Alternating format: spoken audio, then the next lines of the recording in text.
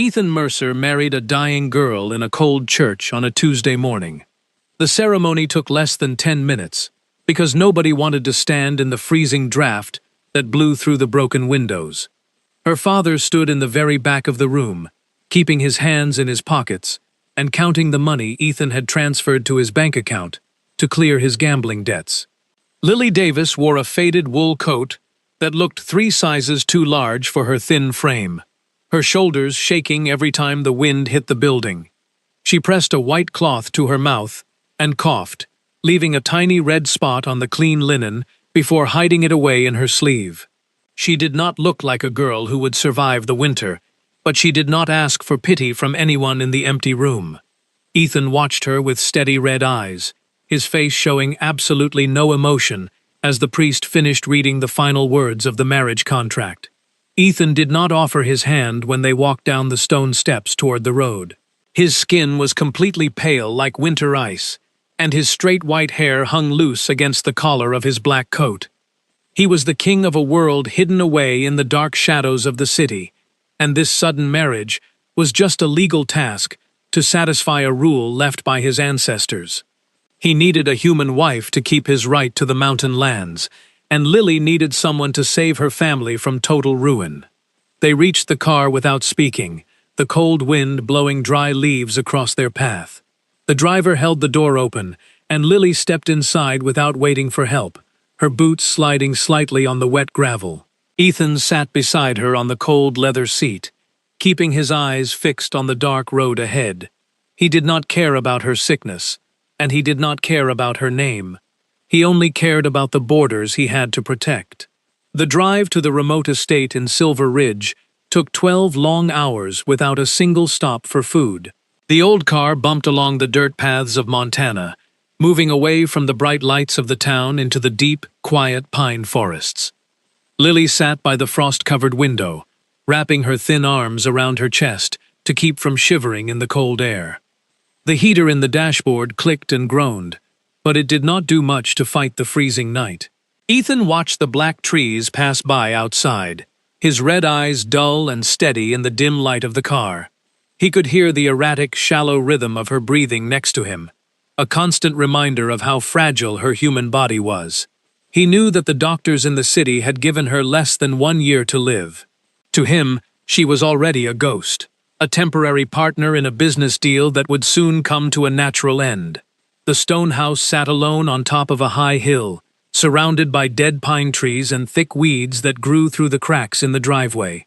The roof was missing several slates, and the front steps were covered in thick black moss that smelled like wet earth. An old woman named Mrs. Taylor stood at the heavy wood door, holding a small flashlight that barely cut through the thick mountain fog. Ethan stepped out of the car first, his heavy leather boots making absolutely no sound as he walked across the damp grass. He did not turn back to look at his new wife as she struggled to climb out of the seat, her breath coming in small white clouds. The house had been empty for 2 generations, used only as a place to send things that the family wanted to forget. It felt cold, dark, and heavy, like a large tomb waiting for a new resident to arrive. "This estate produces a tiny bit of wood and hay every summer," Ethan said, looking out at the dark mountain peaks that rose against the sky. "My bank will send you $500 every month to pay for your food, your wood, and whatever medicine you need from the village store. I must leave for the northern border before the sun rises tomorrow morning to handle a dispute with the other clans." He spoke with a flat, smooth voice that carried no warmth or anger, treating her like a clerk in an office. He did not look at her face as he gave his orders, his pale hands tucked inside his coat pockets. He believed this would be the last time he would ever speak to her, and he wanted to finish the business quickly so he could return to his own people. The mountain wind howled through the trees, drowning out the sound of his words. Lily pulled her wool scarf tighter around her neck, her small fingers red from the freezing drizzle. She looked up at the giant stone building that felt more like a prison than a home, but she did not cry or complain about the cold. "How long will you stay at the northern border?" she asked, turning her hazel eyes toward his pale face. Her voice was thin and dry, but she kept it steady. refusing to show any fear before this strange white-haired king. Ethan turned his back to the wind, his long white hair catching the faint light of the moon through the clouds. "I will stay as long as the council needs me to fight the rogue clans," he replied shortly. "The air in these high mountains is supposed to be clean, and the city doctors said it might help your weak lungs. Sleep well, Lily." He turned on his heel and walked toward the garage where a large truck was waiting. He did not look back to see her standing alone in the dark yard as the freezing rain began to fall in earnest. He told himself that leaving her quickly was the smartest choice, because he hated emotional scenes and had no time for human tears. The truck engine started with a loud roar, and he drove through the rusty iron gates without a second thought. Lily watched the red tail lights disappear down the mountain path until there was nothing left but the black forest. She stood in the mud for a long minute, feeling the cold water soak through her leather boots and into her skin. She knew exactly what her husband thought of her. He thought she would quietly fade away in this old house, leaving him with the land and no wife to worry about. A sudden coughing fit shook her body, forcing her to lean against the cold stone wall of the porch. Inside the house, the cold felt like heavy iron plates pressing down on her chest. Mrs. Taylor led Lily up the wide stone stairs, holding a single candle that threw long, shaking shadows against the walls. Every room they passed was covered in gray dust sheets, and the air smelled like old paper, mildew, and cold ash. "Your husband did not give us much time to prepare for your arrival," the old woman whispered, her voice tired and low. "We only had time to clean the master bedroom in the east wing, but the fireplace draws poorly when the wind comes from the north." Lily followed her slowly, her lungs burning with every step she took up the stairs. She felt the dampness of the old house seeping directly into her bones, making her limbs heavy and weak. When they reached the massive, drafty room, she could see the frost forming on the inside of the glass. The master bedroom was dominated by a giant bed with torn gray curtains that hung like cobwebs from the ceiling. Mrs. Taylor set a small glass of water on the dusty nightstand and apologized for the thin blankets before leaving her alone. Lily sat on the edge of the hard mattress, listening to the wind rattle the loose window frames. She did not cry, because crying required air, and she had none to spare in her tight chest. She pulled her boots off with shaking hands and lay down under the cold sheets, tucking her wool scarf under her chin. The fever came quickly, turning her skin to fire and making her mind drift away into dark, confusing dreams. She spent the rest of the night suspended in a haze of heat and pain, listening to the mountain storm howl outside the walls. She felt entirely alone, discarded in a ruin by a king who did not care. The storm lasted for 3 days, burying the stone house in thick drifts of white snow that blocked the doors. Lily stayed in the bed, fighting the sickness that tried to pull her down into the dark earth. Mrs. Taylor came in every few hours to force thin chicken broth down her throat and change the wet cloths on her forehead. The old groundsman, Sam, tried to keep the small fire burning, but the wet wood only produced a weak heat that died before midnight. The servants worked with a grim, silent detachment because they had seen people die of the wasting sickness before. They expected to find her cold and still every time they opened the heavy wooden door in the morning. But Lily held on to the small bit of life left in her chest, refusing to give up in this miserable room. She forced herself to breathe, waiting for the long winter to break. The first 3 months at the Silver Ridge estate were a blur of pain and cold. Winter arrived with a vengeance, covering the Montana mountains in a thick white blanket that cut the house off from the town. Lily nearly died in the middle of January when her fever spiked so high she forgot her own name. She spent weeks coughing until her mouth tasted like copper, sweating through the rough linen sheets while the wind screamed through the window panes. Mrs. Taylor and Sam tended to her with a quiet sadness, believing that each day would be her last. They kept a small pile of wood by her bed and prepared themselves to dig a grave in the frozen ground as soon as the snow melted.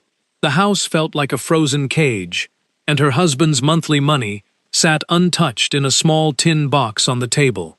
But the inevitable morning when they would find her cold never arrived.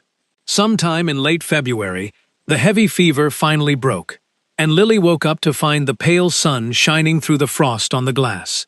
She was devastatingly weak, her bones sharp against her skin, but her mind was entirely clear for the first time in months. She looked up at the water-stained canopy of the giant bed and listened to the constant rattling of the loose wood frame. A sharp, white-hot clarity washed over her as she lay in the quiet room.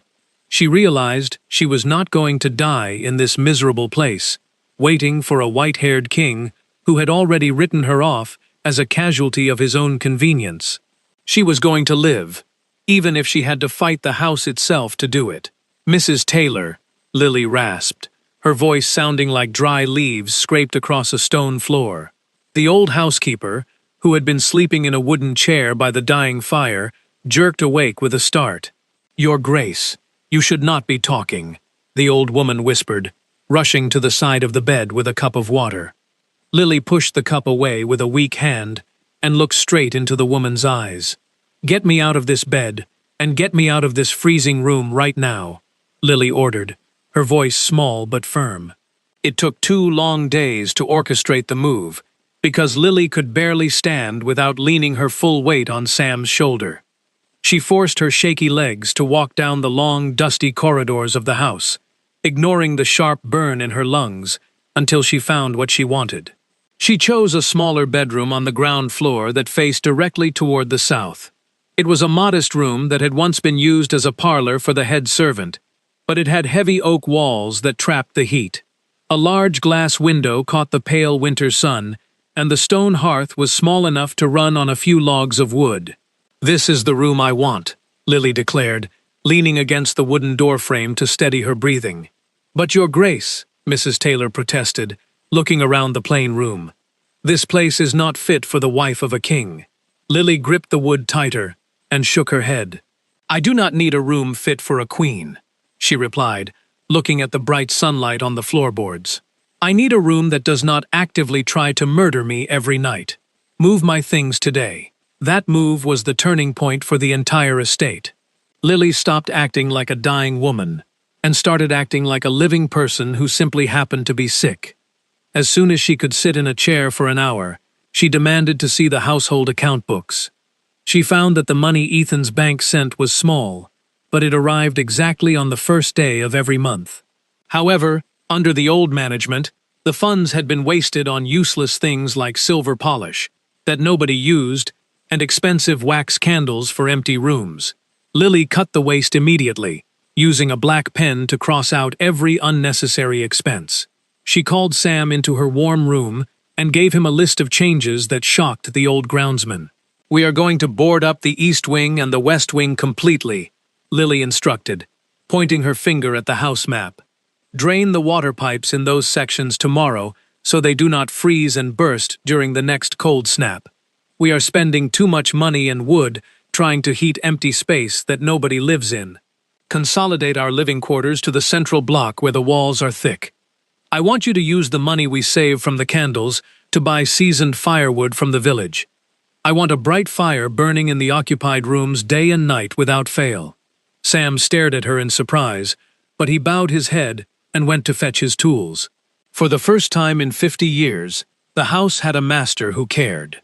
When spring finally clawed its way through the frozen Montana earth, Lily ventured outside into the yard. The fresh mountain air was crisp and cold, but it lacked the stagnant, moldy quality of the manor's closed wings. She explored the grounds until she found the old kitchen garden, which was completely overgrown with thick thorns and wild weeds. She did not hire a fancy landscape architect from the city, and she did not order pretty roses to look at. She ordered Sam to clear the weeds with his tractor and sent a letter to the village store for practical seeds. She bought thyme, rosemary, mint, and wild roots that had a clear purpose. She wanted plants that could make medicine for her chest and flavor their daily meals. At first, she could only sit on a wooden bench for 10 minutes a day, watching Sam work the black soil under the sun. But as the weeks passed and the weather grew warmer, she stood up and began to join him in the dirt. She knelt on a small blanket, her expensive wool skirts getting stained with dark mud as she worked. The physical labor was excruciating for her weak body. Some days, pulling a single stubborn weed would trigger a violent coughing fit that left her gasping for air on the grass for half an hour. But she refused to stop or go back inside the house. The smell of the wet turning earth felt like an antidote to the dry dust of her past life in the city. "You will catch your death out here in the dirt, Your Grace," Mrs. Taylor would fret every afternoon, bringing out a thick wool shawl to cover her shoulders. "I am not catching my death, Mrs. Taylor," Lily would reply, wiping a streak of black soil from her forehead with the back of her hand. "I am finally catching my life." She began to dry the herbs she grew and brew them into hot teas that helped clear the fluid from her chest. She did not trick herself into thinking she was completely cured, because the rattle in her lungs remained her constant companion. She still had bad days when the mountain rain came and she could not leave her bed, but she was no longer fading away into nothing. The stone house changed along with her, losing its cold grandeur and becoming comfortable and functional instead. Lily bought heavy rag rugs from the village women to cover the cold flagstones in the hallway. She had the local blacksmith repair the kitchen stove so that the main building always smelled of baking bread and roasting potatoes. She spent her long evenings in the small library, wrapped in a blanket, and reading books about farming and land management. She stopped waiting for any word from Ethan, treating him like a fictional character from an old story. The reality of her world was the ripeness of her tomatoes in August, the dry firewood for November, and the quiet family she had made with her small staff. 3 years of constant noise and blood had drained the life out of Ethan Mercer. The white-haired king rode his black truck back into the valley of Silver Ridge, his shoulders stiff and his red eyes ringed with dark purple exhaustion. The Vampire Council had kept him at the northern border for 36 months, forcing him to fight rogue clans and negotiate borders over tables stained with dark wine. He had spent his nights sleeping in cold tents and stepping over the bodies of men he had ordered into battle. He was celebrated as a great hero in the capital, and the elders had given him medals and gold. But the grand ballrooms felt suffocating, and the fake smiles of the nobility grated on his nerves until he could not stand them. He felt completely hollowed out, a man running on nothing but discipline and duty. He needed silence, and he needed the absolute quiet of the remote mountain estate where nobody knew his name. He had not thought about his human wife in many months, because the chaos of the war had broken all communication with his lawyers. The last report he received was over a year ago, stating that the monthly money was still being drawn from his bank. He assumed she was either clinging to life by a thread or already buried in the small plot behind the house. He had prepared himself to find a silent grave, which would be a neat and quiet end to a transaction he barely remembered making. He arrived at the edge of the property in the late afternoon, when the sky was the color of bruised iron. Ethan braced himself for the sight of broken gates and a driveway covered in weeds, but he stopped his truck in surprise. The massive iron gates, which had been rusting off their hinges 3 years ago, stood straight and clean, painted a stark protective black. The pine trees lining the drive had been trimmed back with care, letting the dim afternoon light filter onto the clean gravel path. Ethan felt a strange sense of confusion grip his mind as he drove forward through the gates. This was not the abandoned ruin he had left behind in the rain, and the air smelled different. As the stone house came into view, his confusion deepened into total shock. The building was not fully restored, as the east and west wings were clearly dark and boarded up tight with thick wood planks. But the central block of the house was alive and humming with energy.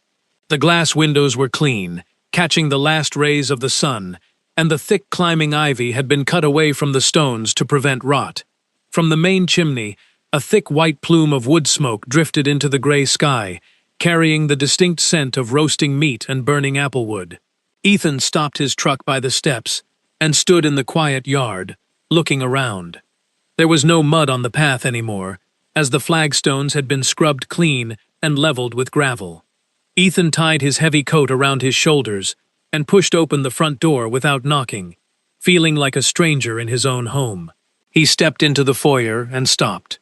The damp, dead chill he remembered from his first visit was completely gone, replaced by a deep, genuine warmth that came from the walls.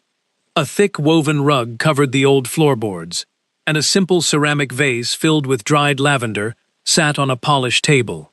He could hear the low hum of voices coming from the kitchen, along with the steady sound of a knife hitting wood. He walked down the warm corridor, his heavy boots muffled by the long rugs that covered the stone floor. He passed the grand drawing room, which had its doors locked tight, and followed the heat that radiated from the back of the house. He found her in a small office that he did not even know existed, the heavy wooden door standing slightly open. Ethan stopped in the frame and watched his wife. Lily was standing at a heavy oak desk, leaning over a map of the valley and a stack of household ledgers. She was still slender, and her skin retained its striking paleness, but she did not look fragile or broken anymore. She wore a practical green day dress, without any lace or fancy frills, the sleeves pushed up past her elbows to reveal strong forearms. Her hair, which he remembered as a limp brown mass, was pinned up in a ruthless, efficient knot, though several strands had escaped to frame her face. She was tracing a blue line on the map with an ink-stained finger, speaking to Sam, who stood respectfully beside her. "The water drainage in the lower field will not hold if we get another heavy freeze this winter," Lily was saying, her voice clear and smooth. "We need to dig the trenches 2 feet deeper before November comes, using the money we saved from our barley harvest." "Yes, Your Grace," Sam said, nodding his head as he looked at the map. Ethan cleared his throat, the sound loud and sharp in the quiet office. Sam spun around quickly, his eyes widening in surprise as he recognized the white hair and red eyes of the king. He immediately snatched his baseball cap from his head and bowed his body stiffly. "Your Grace, my lord, we did not know you were coming back today," the groundsman stammered, looking nervous. Lily froze slowly, her fingers resting on the paper. She lifted her head from the desk and turned her hazel eyes toward the door, looking straight at her husband. Ethan looked back at her, and the silence stretched between them like a tight wire. He saw a flash of surprise in her eyes, followed instantly by a wall of calm calculation. She did not scream, she did not drop her pen, and she did not faint on the floor. She looked at him with the precise, measuring gaze of a manager evaluating a sudden and unexpected problem in her books. He took in the dark dirt under her fingernails, the small smudge of blue ink on her jaw, and the absolute authority with which she held herself in the room. She looked entirely real, and she looked strong. "You are alive," Ethan said, his voice blunt and heavy. It was not a polite greeting, but an expression of his shock against everything he had expected to find. Lily stood up straight and reached for a white cloth resting on the desk, but she did not cough into it. She folded her hands over her ledger books and looked at him with cold eyes. "I apologize for the inconvenience, Mr. Mercer," she replied, her voice smooth and perfectly polite. "I realize that a widow's notice would have been much less trouble for you to deal with in your busy life." Ethan flinched internally, knowing the hit was direct and entirely earned. Ethan took a step into the warm office, the clean scent of rosemary hitting his senses and clearing the smell of ash from his mind. He was a diplomat who had talked down angry warlords and settled royal disputes, yet he found himself scrambling for simple words before this human girl. "I did not mean it that way," he said, dropping his hands to his sides. "The house is very different from the place I left behind 3 years ago." "The house is functional now," Lily corrected him smoothly, her face showing no emotion. She turned to Sam and told him that would be all for the day, asking him to take care of the truck. When the groundsman hurried past them, desperate to escape the thick tension in the room, Ethan moved closer to the desk. He looked at the neat rows of numbers in the ledger, the small receipts clipped together with iron pins, and the maps of the fields. He looked back at his wife, who stood unyielding before her desk, like a captain defending her ship from an invader. "I expected to find a ruin here," Ethan said quietly, dropping the formal tone of a king because he was too tired for lies. "You left a ruin," Lily answered, her chin lifting. "I simply refused to be buried under the stones you abandoned." Ethan stared at her, feeling a strange and unfamiliar tightening in his cold chest.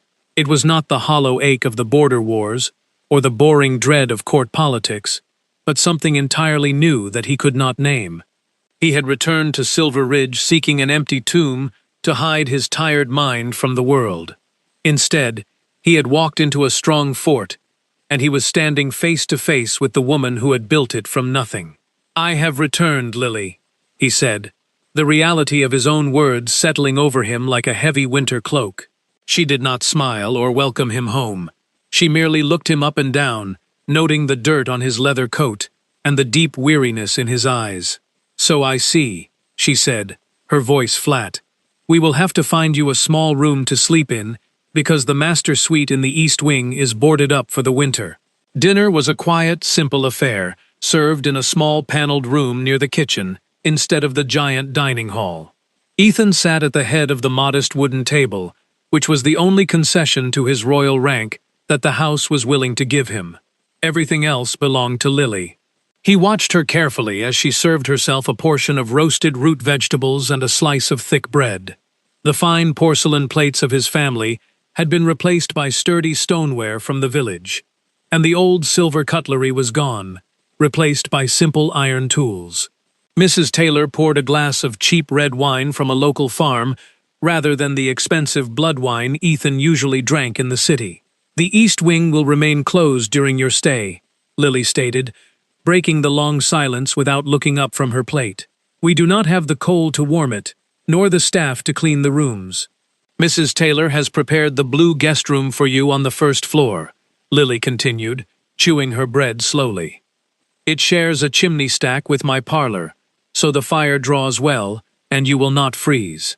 Ethan cut his meat with an iron knife, finding the simple food surprisingly satisfying after years of salt pork and dried rations.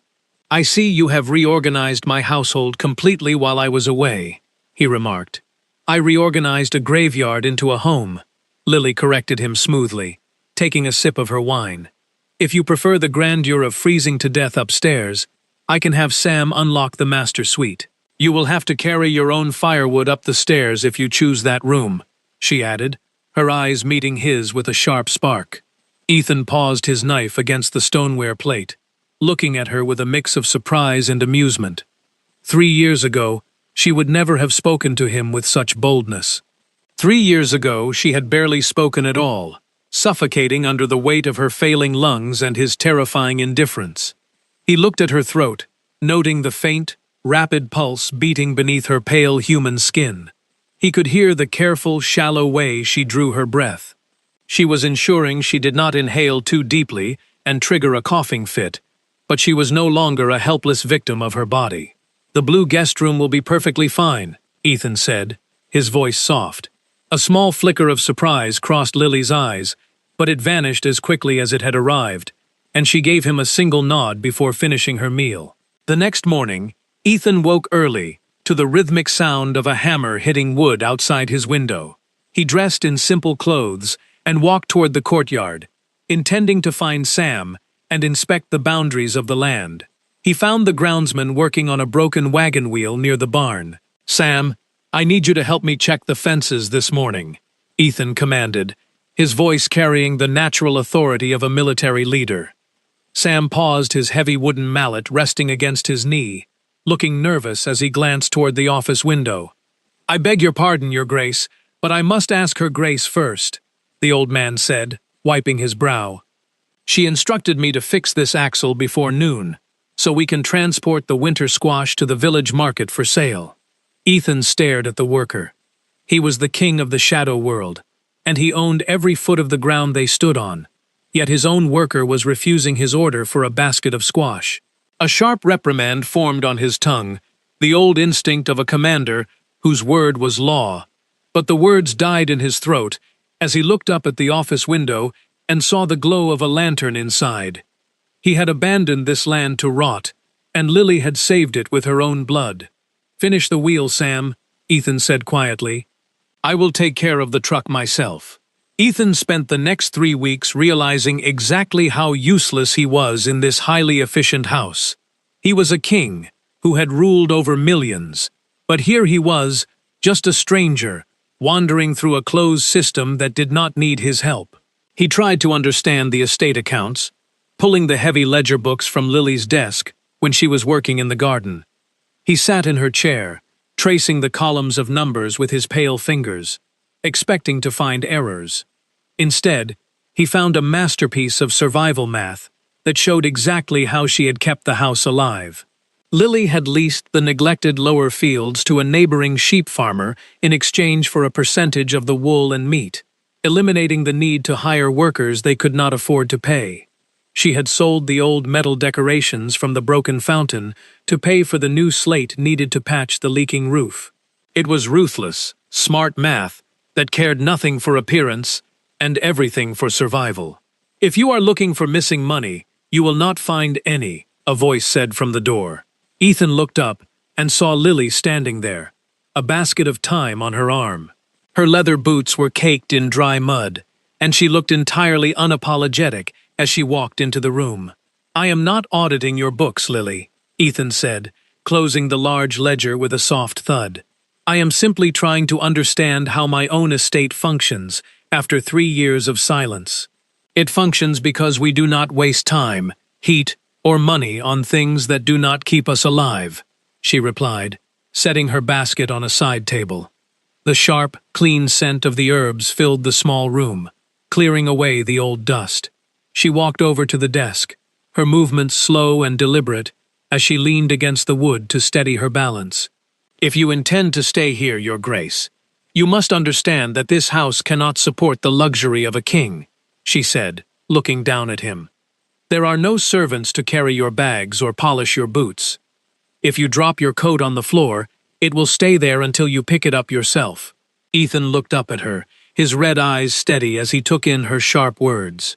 "I have spent the last 3 years sleeping in dirt caves and eating dry meat that tasted like gunpowder," Ethan said, his voice dropping to a low, quiet rumble. "I do not require a servant to clean up after me, Lily." He stood up from the chair, his tall frame towering over her in the small room. Despite her fierce words and proud posture, she was still so physically small and thin. He could see the dark shadows of exhaustion under her hazel eyes, signs that no amount of pride could completely hide from his sight. "I am not here to undo any of the work you have done for this house," Ethan said carefully, treating her like an equal partner in a dangerous treaty negotiation. "I am simply here to live."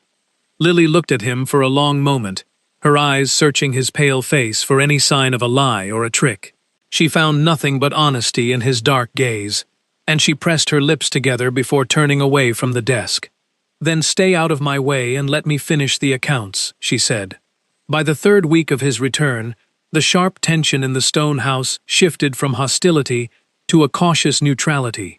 Ethan kept his word and stayed out of her way, spending his hours chopping large piles of pine wood for the winter fires. He repaired the heavy iron hinges on the barn doors that Sam lacked the physical strength to lift alone. He rode his horse along the edges of the property, noting the repairs Lily had finished and the ones she had been forced to abandon due to a lack of silver. He watched her every day, learning the hard rhythm of her human illness and the limits of her strength. He learned that the damp, cold mornings were the worst for her lungs, keeping her by the parlor fire until the sun burned the frost off the grass. He learned that when she pushed herself too hard, a dangerous red flush would rise in her cheeks, followed by a dry cough that sounded like tearing silk. He wanted to tell her to stop and rest, but he knew she would only look at him with cold eyes. His chance to be useful arrived in the form of a sharp letter from a local businessman named Mr. Radcliffe. Ethan was cataloging old books in the library when he heard Lily's voice ring out from the office, louder and angrier than usual. He walked down the corridor and found her standing over her desk, her small hands shaking with fury as she stared at a piece of paper. "This man is building a wooden dam across the mountain stream," Lily said, her voice catching on a rough, painful cough. "He is cutting off the water to our barley mill, and the wheel will run dry before the harvest is finished," she explained, shoving the paper toward him. Ethan picked up the letter and saw the condescending words Radcliffe had written, telling Lily that a woman could not understand land rights. A cold, dark smile spread across Ethan's pale face. the same look that had made rebel generals surrender without a fight. "You are dealing with this man the wrong way, Lily," Ethan said. "Leave him to me." Ethan sat at the desk, picked up a fresh piece of paper, and began to write a short note in sharp, aggressive strokes. He did not threaten the man with a lawsuit, and he did not mention the mountain stream at all. He simply informed Mr. Radcliffe that the Vampire King had returned to Silver Ridge and looked forward to discussing Radcliffe's banking debts in person. He added a small line asking about Radcliffe's secret logs that were cut from government land, a detail Ethan had discovered through his old city networks. He pressed his heavy gold ring into the hot red wax, sealing the threat with royal authority, and handed it to Sam. "Deliver this to Radcliffe's office and wait for an answer," Ethan ordered. 2 hours later, the groundsman returned with a shaking, panicked letter from the businessman, promising that the wooden dam would be torn down before the sun went down that night. Lily read the response, her eyes wide with surprise as she looked at her white-haired husband, who was beanly cleaning his leather boots. "That was pure blackmail," Lily whispered, her voice carrying a mix of shock and amusement. "That was standard diplomacy," Ethan corrected her smoothly, not looking up from his work. A heavy, quiet peace settled over the small office, and for the first time since his return, the air between them did not feel like a battleground. It felt like a shared trench in a long war. "Thank you," Lily said softly, her eyes softening. "You built the mill, Lily," Ethan replied. "I only protected the water." The fragile peace shattered 3 days later, when a brutal storm swept down from the mountains, bringing torrential, freezing rain. Ethan was in the barn when the sky turned black, and he ran back to the house, expecting to find Lily by her fire. Instead, he found the front door wide open and the maid frantically sweeping water from the floorboards. "Where is she?" Ethan demanded, a cold dread filling his stomach. "The garden drainage broke," the maid cried. "She went to dig out the ditch before the herbs drown." Ethan did not wait for an explanation, sprinting out into the blinding rain toward the backyard. He found Lily kneeling in the freezing black mud, holding a heavy iron shovel that looked too big for her thin arms. She was soaked to the bone, her dark hair stuck to her face as she dug at the earth to save the green plants she had spent months growing. She was not coughing anymore. She was suffocating as the cold air locked her weak lungs tightly. She dropped the shovel, her small hands flying to her chest as her body shook violently, trying to draw air through her blocked throat. "Lily!" Ethan shouted, reaching her side in 2 large bounds. He did not ask for permission, scooping her up from the cold mud into his arms. She felt like a bundle of freezing twigs, her weight almost nothing against his chest. She fought him blindly for a second, like a drowning animal, before her head fell back against his shoulder. Her lips had turned a dangerous shade of blue, and her skin was cold as ice. Ethan kicked the back door open and carried her straight into her warm parlor, roaring for Mrs. Taylor to bring hot blankets and stones immediately. He laid her down on the thick rug before the fire, his pale hands shaking as he stripped off her wet coat. He wrapped her in 3 heavy wool blankets and sat on the floor, pulling her small body against his chest. "Breathe, Lily," Ethan whispered, pressing his face against her damp hair as he shared his steady vampire heat with her shivering frame. "Just take a slow breath. I have you safe now." She let out a wet, terrible cough that rattled against his ribs, but the deep heat from his body began to melt the ice in her bones. The blue color slowly left her face, and she closed her eyes, exhausted and entirely reliant on the man she thought she did not need. Ethan did not let go of her for the rest of the night, holding her tight against the cold wind that screamed outside.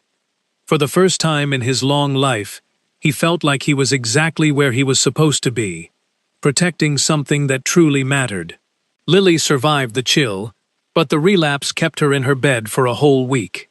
During those quiet days, Ethan became her shadow, moving his account books into her room and handling all the work. When the painful coughing fits woke her in the dark night, she would open her eyes to find him sitting by her hearth. He would slide a cup of warm herb tea onto her table, never offering pity, but always keeping the walls of her fort secure. It was strange for Lily, who had built her survival on being completely alone. Relying on Ethan felt dangerous, but she found herself looking for his white hair every time he left the room. By the end of April, the mountain storm had passed, leaving the nights quiet and cold. Lily was strong enough to sit in her armchair by the fire, reading her books about the upcoming spring planting. She was turning a page when a sudden, loud crash came from the guest room next door, followed by the sound of a heavy wooden table hitting the floorboards. Then she heard a low, wild gasp of terror that made her blood turn cold in her veins. It was a sharp, desperate command, shouted in an old language that Lily had never heard before. She pushed herself out of her chair, ignoring the sudden weakness in her knees, and walked to the door of the blue room. The door stood slightly open, and she pushed it back to look inside the dark space. The fire had burned down to red embers, leaving the room full of long shadows, and the heavy oak chair had been violently overturned near the wall. Ethan was backed into the furthest corner of the room, his white hair messy and his red eyes wide with total panic.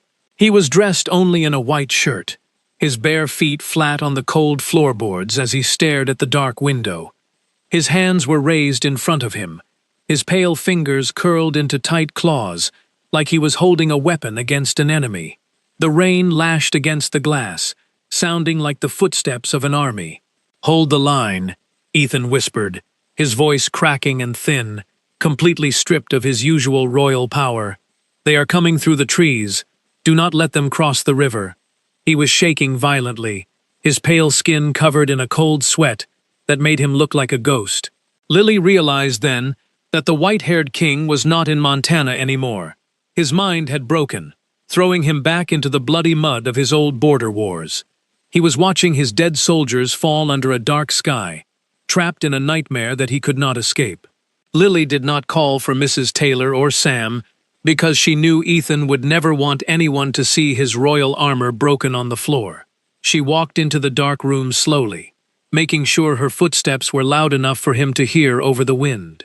"Ethan," she called softly, using a calm and gentle voice.